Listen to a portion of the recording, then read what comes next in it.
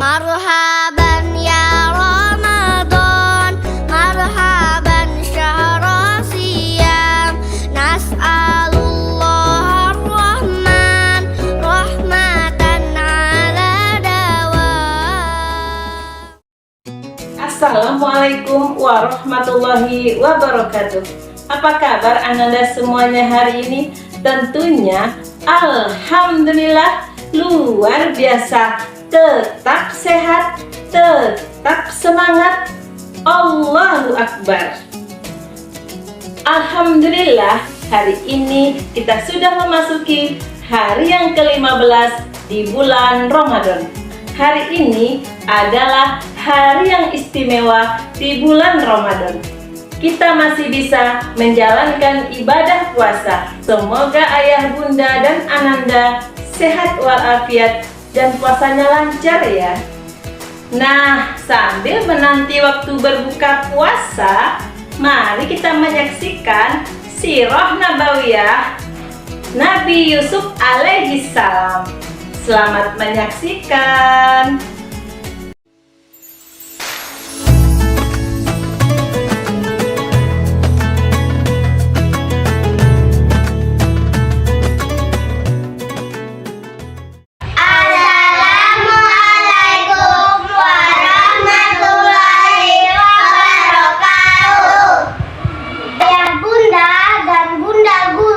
Berserta teman-teman yang berbahagia, kami dari kelompok B1 TK SD Ondri.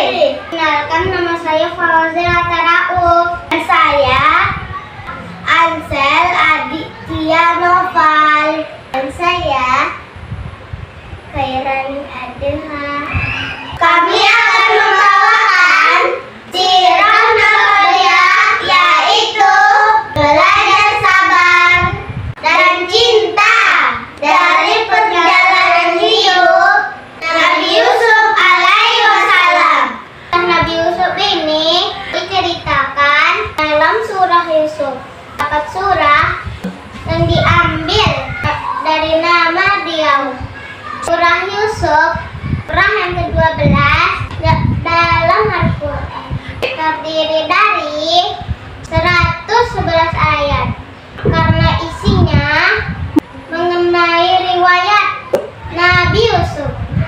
Nabi Yusuf adalah salah satu dari 12 putra Nabi Yakub. Nabi ke-10 kita, teman-teman. Cucu dari Nabi Ishak serta cicit dari Nabi Ibrahim alaihi salam. Beliau lahir di negeri Kan'an yang sekarang disebut Palestina. Teman-teman semuanya, ibunda Nabi Yusuf bernama Rahil dan dia wafat ketika masih kecil. Nabi Yusuf bermimpi.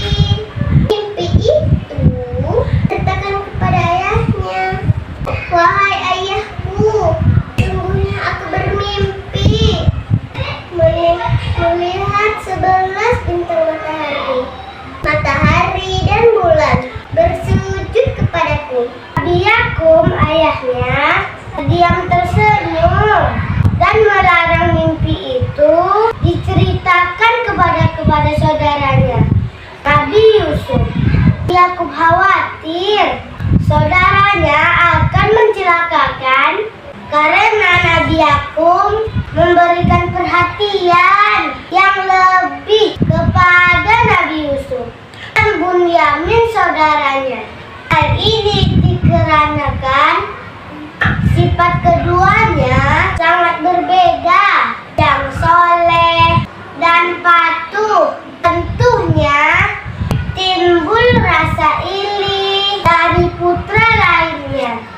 Cara Nabi Yusuf ternyata, teman-teman, mempunyai rencana akan menghilangkan Nabi Yusuf dan membawanya ke sebuah hutan. Mari kita dengarkan videonya, teman-teman. Nabi Yusuf adalah putra ke-7 dari 12 putra Nabi Yakub alaihissalam. Kakeknya adalah Nabi Ishak alaihissalam dan kakek buyutnya adalah Nabi Ibrahim alaihissalam. Subhanallah, sungguh mulia sekali. Ibunda Nabi Yusuf bernama Rahil. Dari sang ibu, Nabi Yusuf memiliki satu adik laki-laki bernama Bunyamin. Mereka berdua sangat dekat, saling menyayangi dan melindungi.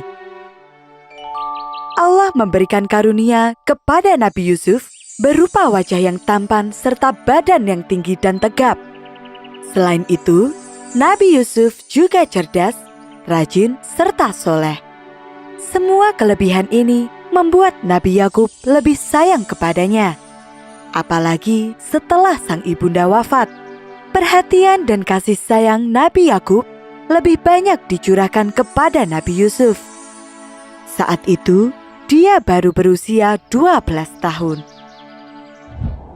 Suatu malam, Nabi Yusuf bermimpi melihat 11 bintang, matahari dan bulan bersujud kepadanya. Dia pun menceritakan tentang mimpi ini kepada ayahnya. Mendengar hal tersebut, Nabi Yakub yakin bahwa mimpi itu merupakan pertanda dari Allah tentang kenabian Yusuf. Kelak, Yusuf akan diangkat menjadi Nabi Allah, dan 11 benda langit yang bersujud kepadanya melambangkan 11 saudaranya. Nabi Yakub khawatir putra-putranya yang lain akan marah dan mencelakai Nabi Yusuf jika mereka mendengar tentang mimpi ini. Karena sesungguhnya mereka semua merasa iri dan tidak suka pada Nabi Yusuf. Karena itulah, Nabi Yakub melarang putranya itu bercerita kepada siapapun. Dan ternyata, kekhawatiran Nabi Yakub benar-benar terjadi. Anak-anaknya berkumpul dan merencanakan hal buruk untuk mencelakai Nabi Yusuf. Apakah kita bunuh saja? Tanya salah satunya.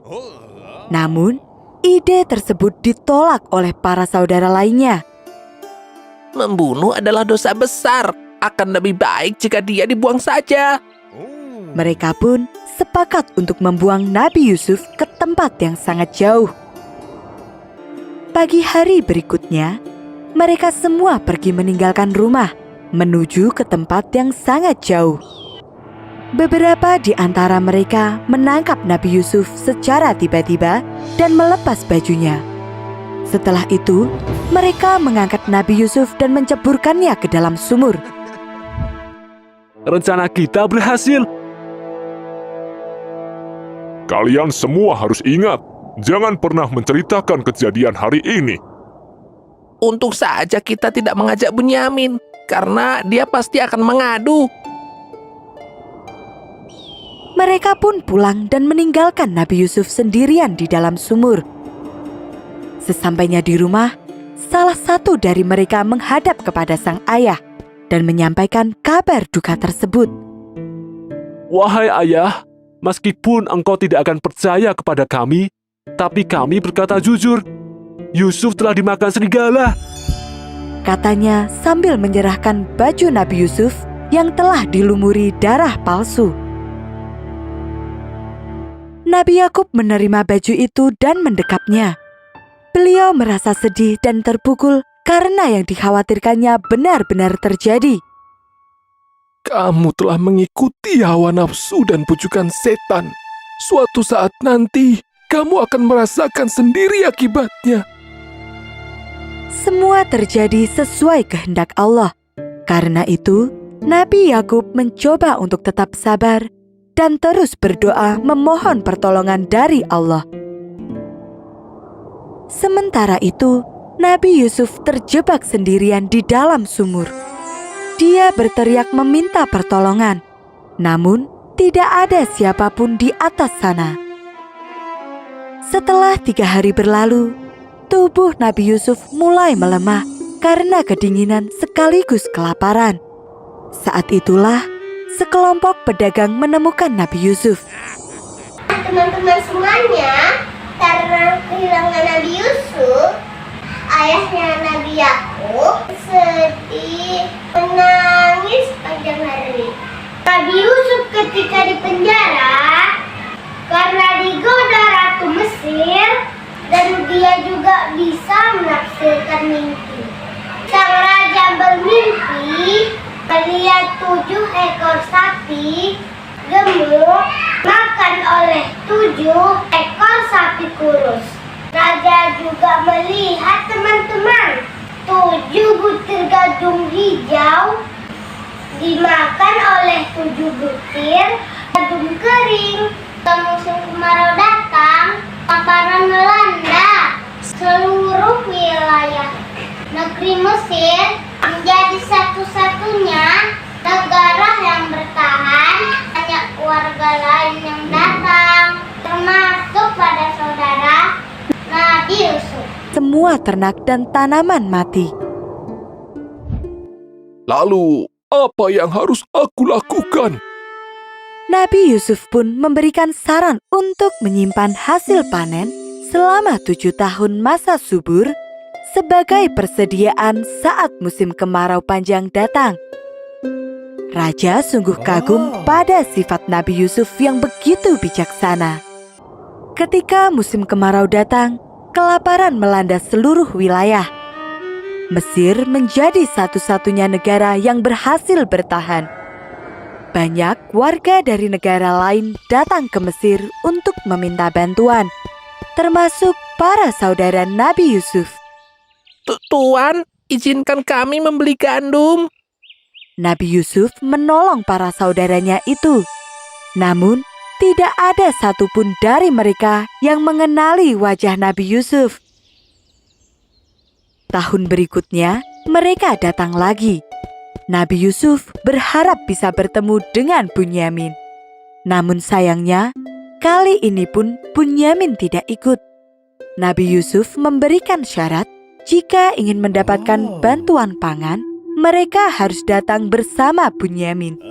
Maka, para saudara pun pulang kembali untuk menjemput Bunyamin. Setelah bertemu dengan Bunyamin, Nabi Yusuf merasa tidak rela jika harus berpisah kembali. Dia pun mencari cara agar Bunyamin tidak bisa pulang. Diam-diam, Nabi Yusuf memasukkan piala emas ke dalam karung Bunyamin. Ketika rombongan itu hendak pulang, Nabi Yusuf memerintahkan prajurit untuk menggeledah semua karung itu. Dan akhirnya, Bunyamin pun ditangkap atas tuduhan mencuri. Para saudara pulang tanpa Bunyamin. Mereka gelisah dan kebingungan sepanjang jalan. Bunyamin adalah satu-satunya penghibur hati ayah. Apa yang akan kita katakan? Bagaimana jika ayah jatuh sakit lagi? Sungguh, kita adalah anak yang durhaka. Sesampainya di rumah, mereka pun menyampaikan kabar duka ini kepada Nabi Yakub. Nabi Yakub semakin sedih karena kehilangan satu lagi anak yang disayanginya. Beban berat dan kesedihan yang mendalam membuat Nabi Yakub jatuh sakit, bahkan sampai kehilangan penglihatan. Anak-anaknya merasa khawatir, namun tidak ada yang bisa menghiburnya. Jika kalian benar-benar mengkhawatirkanku, maka pergilah, cari Yusuf dan Bunyamin, bawa mereka pulang. Para saudara datang kembali menemui Nabi Yusuf. Mereka memohon agar Bunyamin dibebaskan. Ayah kami selalu bersedih sejak kehilangan Yusuf, putra kesayangannya. Dan sekarang beliau jatuh sakit hingga hilang penglihatan karena kehilangan Bunyamin. Mendengar cerita tersebut, Nabi Yusuf berkata, Akulah Yusuf dan ini saudaraku. mereka semua terkejut dan gemetar ketakutan. Semua kejahatan mereka telah terungkap. Mereka takut jika Nabi Yusuf akan balas dendam. Namun, Nabi Yusuf menunjukkan kemurahan hati dan kasih sayang yang besar. Semoga Allah mengampuni. Pergilah kamu dengan membawa baju gamisku ini. Lalu letakkanlah ke wajah ayahku. Nanti ia akan melihat kembali. Dan bawalah keluargamu semuanya kepadaku. para saudara pulang kembali ke rumah dengan membawa baju milik Nabi Yusuf. Sebelum mereka tiba di rumah, Nabi Yakub telah lebih dulu menyambut di depan rumah. Aku telah mencium bau tubuh Yusuf. Sesuai dengan perintah Nabi Yusuf, para saudara pun mengusapkan baju itu ke wajah sang ayah. Allahu Akbar. Nabi Yakub sembuh dari kebutaan. Beberapa waktu kemudian, berangkatlah seluruh keluarga Nabi Yakub ke Mesir. Mereka semua mengakui dosa yang telah diperbuat dan berjanji untuk menebus semua dosa-dosa tersebut. Sesuai dengan mimpinya waktu masih remaja, 11 planet, matahari, dan bulan bersujud padanya. Kini, 11 saudara Nabi Yusuf benar-benar bersujud dan menghormatinya. Nah teman-teman semuanya, Subhanallah, Allahu Akbar. Sesuai mimpinya waktu kecil, 11 bintang, matahari dan bulan bersujud kepadanya. Mata 11 saudara bersujud dan benar-benar menghormatinya.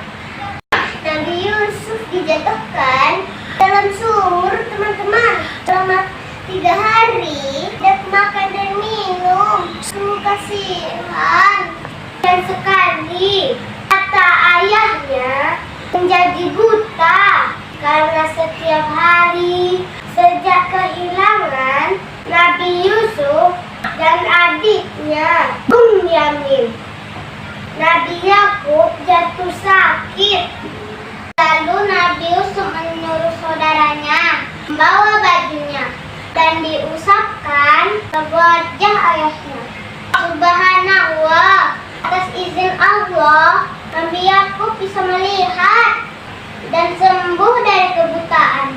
Ya Allah, kisah Nabi Yusuf ini menjadi salah satu kisah Nabi bisa memberikan hikmah bagi siapa saja, sebagai suri tauladan untuk menegakkan agama Allah. Seperti Yusuf tidak sombong, wajah tampan yang ia miliki.